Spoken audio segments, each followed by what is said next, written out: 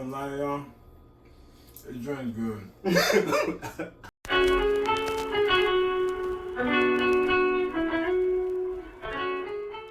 Hello guys, it's Reg the King here, back with another video. Today I'm making another sweets, treats, and it will be chocolate chip cookies. High protein, low carbs. High protein, low carbs. Alright, let's get started. Alright, so for ingredients, we got my favorite cottage cheese. And for those of you that say, oh, why are you always using cottage cheese? It's good for you. Eat it. We got some almond flour, keto. And then I'm gonna add in some Greek yogurt, another one of my favorites. Some eggs, probably like one whole egg. Chocolate chip. This is straight from the motherland. No, I'm lying. It's from Amazon. And then for sweetener, I'm using monk fruit extract. And then I'm gonna add in some baking powder as well too.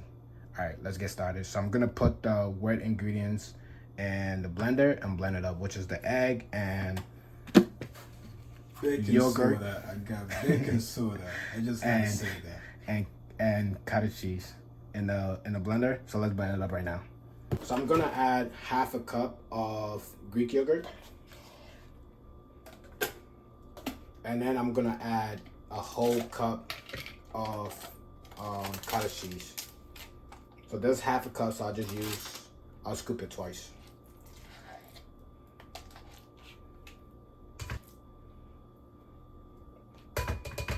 And now I'll be adding one whole egg. You guys know I don't like to use the yolk and whatnot, but I'll use it for today.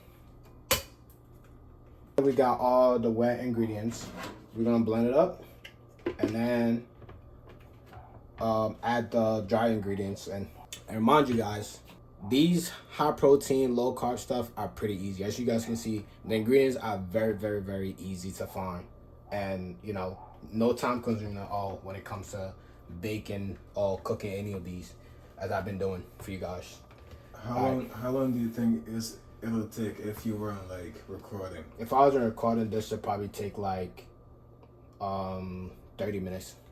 Okay. Or 40 minutes max, to be honest. Yeah, it's not too bad. Yeah. All right. Blend it up. So if you guys are wondering who's the one talking behind the camera and making all that noise while I'm trying to cook, it's this guy right here. He was in my comments talking about somebody got to taste this, so I brought him to the crib and he's going to taste the cookies. Someone's got to do it. So if you guys keep hearing him in the background, it's him. All right, so now that the wet ingredients is blend up, pour it in a bowl. All right, now that everything is, well, the wet ingredients in the bowl, we're gonna add in the almond flour. I will use 2 cups and see how it goes.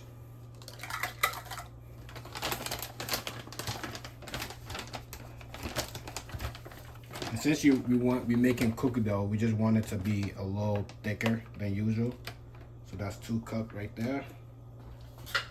And then I'm gonna add in a little bit of baking powder, 1 teaspoon. So that's good. And then for the monk fruit here, again, when it comes to how you want your sweets, it all depends on you again. So add as much as you want. And then mind you as well too, the monk fruit taste is different from sugar. So, you know, try to get used to it. But this literally it doesn't spike your glucose, and it's not gonna do anything to your body because it's actually, you know, it's 0 calories and zero carbs. So that's the reason why I use it. So I'm just gonna add some scoops here, and then I'm gonna mix and then taste it to make sure that it's up to the tasting that I like. All right, so now we mix this up. Also at this point, if you have protein powder and you like to add protein powder to this to spike up the protein, you can as well too. When you're making stuff at home, just know you are making it at home and nobody is gonna come and say nothing. They can only say something in the comments, but who cares? At that point, you have made it, you like it, you ate it. Also for chocolate chip, I'm not really going to tell you how much to put in. I am using dark chocolate, like I said. This is that dark chocolate that I bought from Amazon. It's gluten-free, keto, vegan, and the sweetener they use is also monk fruit extract, which is the same thing that I'm using for my sweetener.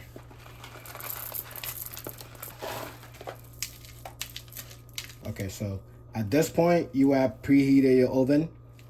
I'm preheating my oven to at 390 degrees, and I'm gonna lay some parchment paper on the pan and start putting these on. Guys, so I laid it on top of the parchment paper. This is about to go in the oven at 390. I'm not sure how long. I'll just keep an eye on it until it's done cooking, and I guess I'll let you guys know how long it took after the after it's done. So it actually took like about, I would say, 25 minutes at 390, and it's all done. So we're about to give it well, the man who came here to eat and not to cook is about to taste, and then and then he will let you guys know how it tastes. So I'm gonna turn the camera on him while he does his the taste test. All right, guys, time to test it. Let's see what my bro got.